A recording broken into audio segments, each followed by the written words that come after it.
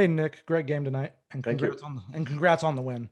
Thank you. You know, for the first two games in your Clipper tenure, you've been really good on both ends of the floor. You've provided rim protection. You've been a ball mover. You've been done all these things. The way that you fit on this team so far, how much confidence has that given you going forward in your role, either on the bench with the starters or however you see it? When I had to make a choice, to join the team after I got waived by the Hornets, I really felt like that was maybe the team I can't really fit.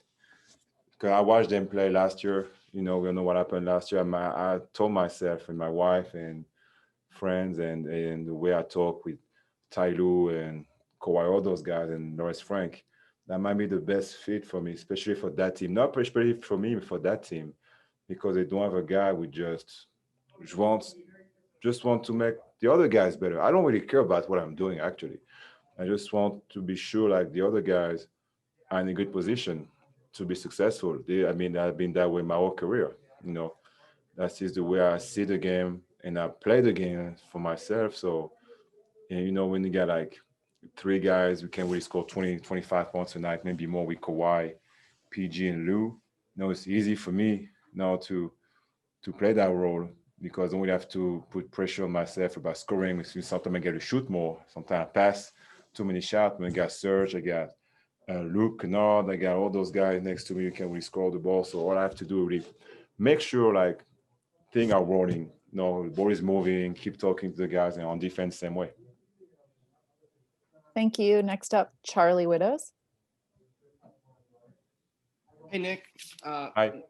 Not to make too much of two games, but the Lakers and the Nuggets, two very good teams, both kind of made their runs, and you guys were able to keep doing what you do. What do you make of this team's resolve so far?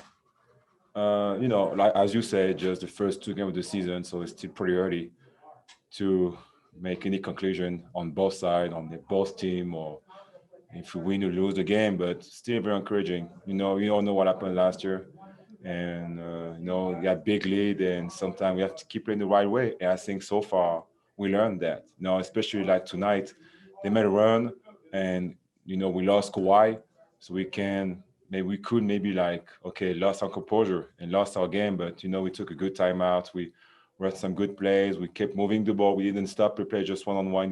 We didn't let Lou and 8PG just by themselves. We switch side, we move the ball, make good screen, set good screen, and make big shot. And that's good. Pat Bev made a big shot. That was I think the biggest shot I think for us in the fourth quarter was when PG swing it to Pat Bev, he made the shot. So that's big. That show like what type of team we can be this year. Thanks, Nick. Thank you. Next, we'll go to Miriam. Hey, Nick. Hi. Wondering if you saw the play where Kawhi got hurt and kind of what goes through your mind when you see teammate kind of down and bloodied that way. I didn't see the play. I was running back, or when I went closer to him, I saw his lips, so I didn't look good at all. So Yeah. you don't want a player, one your teammate, even like a opposite guy, like any players go down like that with blood all over him and everywhere on the floor. So I think he's good. I just met him, saw him in the locker room. He was okay, Okay. but that was kind of scary at the moment. Okay. And also, real quick, you mentioned sort of like the composure that you guys showed. I mean, how much of that is that you guys have veterans on the team who've been, in the game for a long time, and how much does the coaching staff contribute to that? Sort of these coaches, this collection of coaches. It's huge. No, the staff we had is amazing. Tyler is a champion. He's been there. The coach we had, they had like multiple experiences at the highest level. So as a player as well, we had so many guys who's been around. And they know like they went through good experience, and for some of them bad experience recently, and they're gonna learn from it. They're gonna learn from good and bad experience. So that's the beauty of that game. So that was maybe the beauty about the short off season. You can get back quickly in action and prove that what you learned from what happened in the past and be better. Cool. Thanks, man. Yeah. Next up, Andrew Greif. Nick, hello. Obviously now kind of Kawhi. You seem like you feel like he's gonna get better, but in the moment when 6 minutes are left and the Nuggets are bearing down, Can you just describe kind of the mood, the vibe of that sideline, and how'd you guys kept it together? This is where in those moments, you breeding a team. You can get to know like who you are as a team. And maybe our best player is out. He was kind of running right now. He make 2-3 baskets in a row. He get us running. And we could okay, put our heads down. We lose Kawhi. They have good momentum. Jokic and Murray start making big shots. But, PG just showed who he is right now.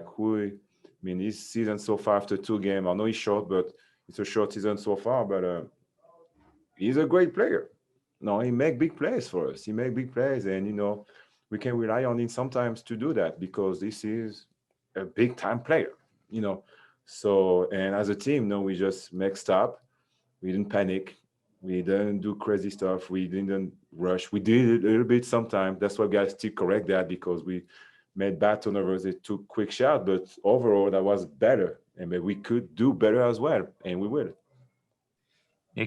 When Patrick Beverley, when training camp began, and he talked about, where last season went wrong, he talked a lot about mental toughness or the lack of it. How much has mental toughness been something the team has talked about during training camp?